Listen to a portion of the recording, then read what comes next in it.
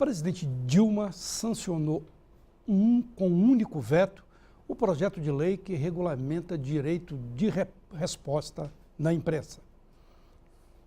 O texto estabelece que empresas jornalísticas devem divulgar a resposta de pessoa ou empresa que se sentir ofendida de forma gratuita e proporcional ao conteúdo considerado ofensivo. Dilma vetou o dispositivo que afirma que, tratando-se de veículo de mídia televisiva ou radiofônica, o ofendido poderá requerer o direito de dar a resposta ou fazer a retificação pessoalmente. Criticado por entidades de imprensa, esse ponto possibilitava que a pessoa ofendida se defendesse pessoalmente por meio de um vídeo ou áudio, ambos gravados previamente, ou indicasse alguém para falar em seu lugar. Antes de ser veiculada, a resposta precisaria ser analisada e aprovada por um juiz. Olha, essa lei que dá o direito de resposta, eu acho correta nesse sentido. Se há um ataque gratuito e indevido a uma pessoa, se a manchete do jornal que vem aqui em cima, se aquela matéria, se aquela reportagem está errada, o direito de resposta tem de ser proporcional no mesmo local da página e não no cantinho lá embaixo. Isso eu considero certo. Agora, quando o governo começa a mexer muito com imprensa, direito de resposta, querer regulamentar imprensa, o jornalismo, isso aí sempre dá confusão, a gente tem que ficar um pouco com o pé atrás. E o projeto de reforma administrativa do governador Fernando Pimentel vai propor cortes de gastos que irão implicar na extinção de até 8 empresas públicas e autarquias. A solução para encolher as despesas passa pela exclusão de cerca de 1.800 cargos comissionados, 10% do atual quadro de recrutamento amplo, com demissão na maioria dos casos. O governo ainda não fechou o valor da economia que pretende alcançar. A reforma é uma tentativa de enxugar a máquina pública neste momento de crise. O orçamento de 2016, enviado à Assembleia, prevê um déficit de 8 bilhões e 900 milhões de reais. Em 2015, o rombo nas contas públicas deve chegar a 10 bilhões de reais. Não é querer ser do contra, não, mas quando o governo fala que vai extinguir cargos, cortar órgãos públicos, não só esse governo, os anteriores também, eu também já fico com o pé atrás. Porque geralmente o governo faz um malabarismo. Tira daqui, mas coloca em outro. Tira os que não são deles para colocar em outro espaço os deles. É tipo assim, cadê os meus? Vou cuidar dos meus, por aí afora. A aprovação da Lei Maria da Penha em 2006 não foi suficiente para impedir o aumento no número de homicídios contra mulheres no Brasil. A taxa chegou a cair no ano seguinte, portanto 2007, mas voltou a subir em 2008 e em 2013, quando a gente tem esse último dado que a gente tem, já era 12,5% maior do que em 2006. Segundo as informações mais recentes de mortalidade do Ministério da Saúde, em 2013, 4.762 mulheres foram assassinadas no país.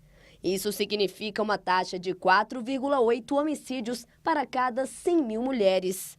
A elevação, porém, não ocorreu de forma uniforme, variando de acordo com o estado da federação e a cor da pele da vítima. Entre as mulheres negras e pardas, por exemplo, a taxa cresceu, enquanto entre as brancas houve uma queda no índice. O levantamento também aponta os estados mais perigosos para as mulheres. No topo está Roraima, onde a taxa de homicídio em 2013 foi de 15,3 para cada 100 mil. Quase que diariamente nós noticiamos aqui no Redação o aumento da criminalidade. Analisamos todos os ângulos da violência, mas uma pergunta sempre ficou sem resposta. Afinal, quais são as motivações do crime, segundo a cabeça do criminoso? Condições econômicas, interação social ou herança familiar? Quem vai responder esta dúvida e outras questões de segurança é o Coronel Alberto Luiz. Ele é especialista em segurança pública. Coronel, boa noite, prazer em recebê-lo aqui mais uma vez para a nossa entrevista, para o nosso debate aqui.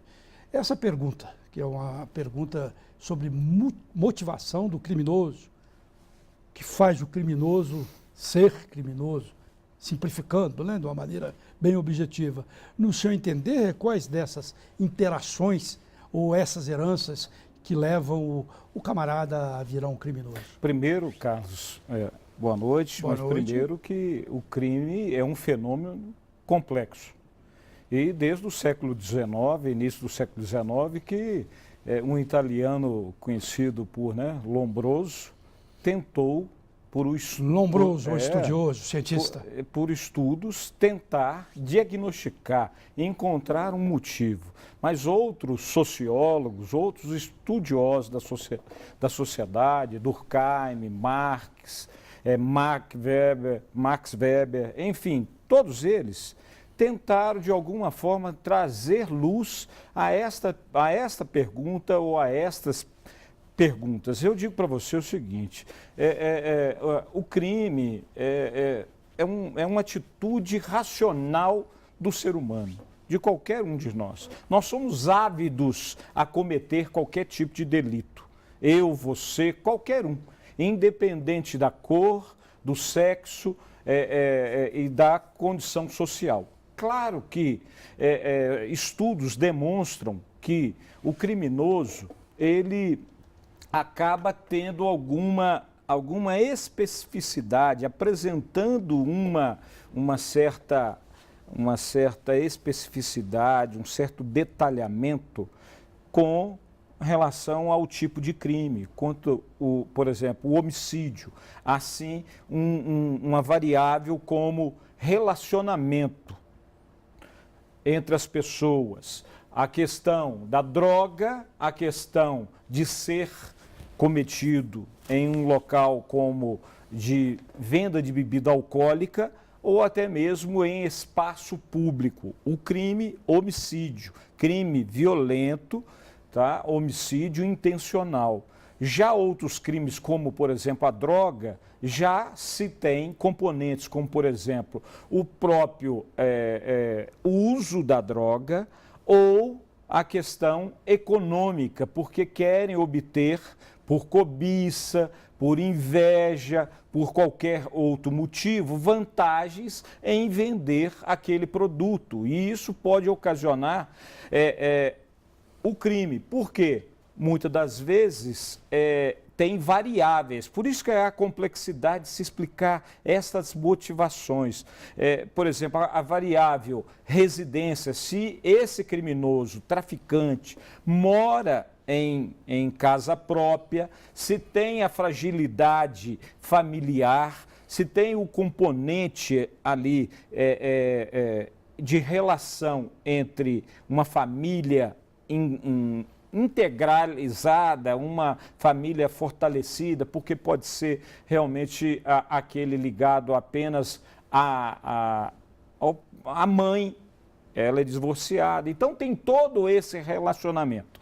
Eu quero só tentar sintetizar o seguinte, que o importante é nós diagnosticarmos, não olharmos apenas a estatística descritiva, mas refinarmos a informação, diagnosticando, porque senão nós vamos dar respostas simplistas com cacuete teórico e ideológico sobre determinado fenômeno criminal, tá? Eu digo para você, todos nós somos suscetíveis a cometer crime, mas um fator é fundamental para que o ser humano em sociedade, que ele é um ser social, evite o crime, que é a educação. Ela é contentora da atitude criminosa por parte de qualquer pessoa. Concordo inteiramente. Isto é um fator que converge nesta análise de se achar motivação. O que nós não podemos é simplesmente ter um determinismo mecânico, dizer que, olha, o homicídio está aumentando é por causa da droga. E isto aí, sem fazer um refinamento das informações públicas de segurança, observando com detalhamento, com refinamento, as estatísticas criminais e buscando ali analisar o fenômeno, não é possível prontamente, apenas como uma hipótese, dizer que é isto ou aquilo. Aquilo é poema de Cecília Meirelles, né? Não, é importante as pessoas saberem, mas que é um fator considerável em todas as pesquisas, que o relacionamento familiar, uma família bem constituída, um relacionamento social, saudável e a educação são fatores contentores da criminalidade. Sem dúvida, eu concordo inteiramente, viu? Porque senão nós vamos falar aqui de uma forma bem simplista. Não, o problema é saúde, o problema é falta de políticas públicas, que não deixa de ser, o problema é pobreza. Não é só isso. Isto é uma resposta mecânica. Isto simplista, irresponsável. Eu já até escrevi um texto que não é a fome que faz ao Capone. Mas eu queria colocar um outro lado, Coronel. A gente está falando sobre o lado aí do criminoso, eu queria falar sobre o lado das instituições de segurança. Quando eu falo as instituições, são todas, não estou objetivando uma delas. Elas não conseguem, no Brasil, combater a insegurança pública. Você está dizendo as instituições, delas, por exemplo?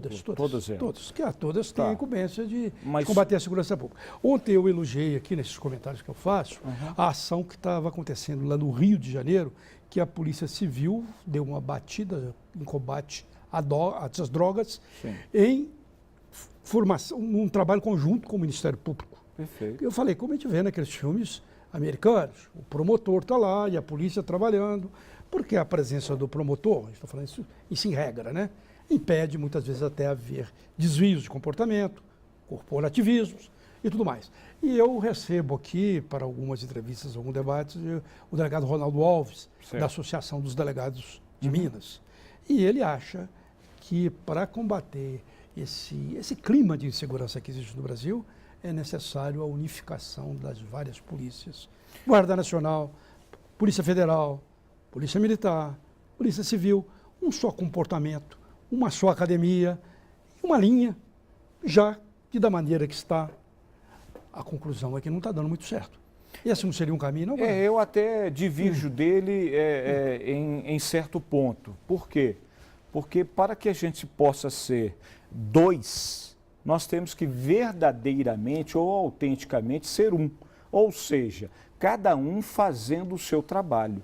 Mesmo que tenhamos a unificação das duas instituições, alguém ele não fala terá... duas, ele fala as várias, né? Não, junto com o Ministério Público. Mas que seja. Mas alguém terá que apurar o delito e alguém terá que reprimir e prevenir também o cometimento do crime. Então, para que a gente possa pensar em caminhar para isso, nós temos que abrir mão de algumas vaidades. Por exemplo, hoje, a Polícia Militar faz o primeiro atendimento, a prevenção, a repressão qualificada. Mas fica aí, 8 horas aguardando para o registro de ocorrência, já debatemos isso. Por quê? Crime de menor potencial ofensivo, o termo circunstanciado de ocorrência, o policial já poderia fazer lá no local mesmo e liberar as partes já marcando. Como é que chama? Crime de menor o quê? Crime de menor potencial ofensivo. Se devia no Brasil ser esse nome de morte de pobre. Não, ainda vige, são transgressões, né? São contravenções penais, são transgressões menores. De menor gravidade. Então, para que a gente chegue até uma evolução como essa, né, o delegado que me perdoe, Ronaldo Alves, né? Você o conhecido, doutor Ronaldo. Hoje ele é, inclusive, secretário de Segurança Pública, Riacima. Pois então, que a gente avance nessas propostas, que a gente caminhe para que, inclusive, a gente consiga alcançar. Mas, por exemplo, quando a Polícia Civil faz aí resistência para que a Polícia Militar possa redigir o termo circunstanciado de ocorrência, já vê-se que não se quer uma unificação. Mas tem de vir de cima, né? Tem de vir do Congresso, sim. do Agora, Executivo. mais do que... As corporações têm de ser operantes. Senão... Sim, nós temos que pensar nas instituições, porque hoje a desconfiança ou a insatisfação da população com relação ao crime, tá? Por exemplo, é justamente a escalada da criminalidade, da violência, é a corrupção, é a impunidade e justamente o enfraquecimento das instituições, dentre elas as policiais, as preventivas, as repressivas. Essa relação também eu acho bem correta. Exatamente. Então, o que acontece?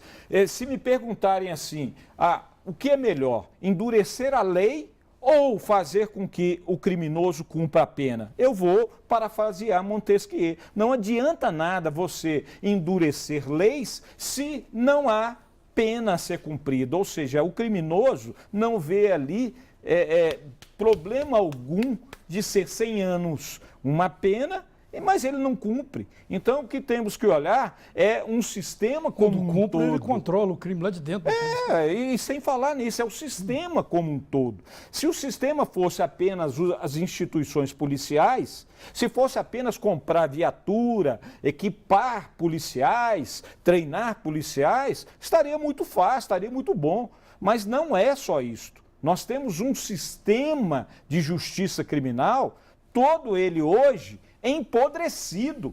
Nós tivemos um avanço, por isso que eu disse há pouco que nós não podemos, na motivação, falar que a motivação do crime é tão somente pobreza, desigualdade, porque nós já tivemos aí um avanço econômico, nós éramos a 7ª economia do mundo, de 2004 a 2011, chegando a 2011 ter quase que pleno emprego, né? Uma situação de pleno emprego nesse país. Hoje nós estamos visualizando o quê? É justamente a queda, o retrocesso em termos de emprego. O desemprego está aí, ó. E vai aumentar a criminalidade. Vai aumentar muito. E isto é fator de criminalidade? Sim, é um fator, mas não o preponderante. Nós temos que ver o problema da criminalidade como um todo, principalmente dentro de uma teoria que eu gosto muito de avaliar, que é a teoria econômica do crime. Ou seja, o criminoso avalia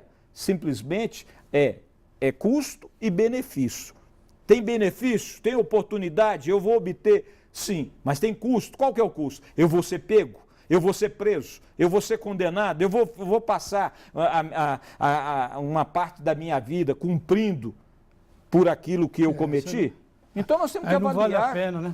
Não vale a pena. Se vale a pena, aí fica aquela máxima de que, né, o crime compensa. Sem dúvida. Olha, Coronel, eu agradeço muito as suas informações. Tá bom. Uma boa noite, até uma próxima vez. E se você quiser falar comigo, debater, dialogar, escreva para mim. O e-mail é carlosbarroso@hotmail.com. O Redação VH News volta daqui a pouquinho, após um rápido intervalo.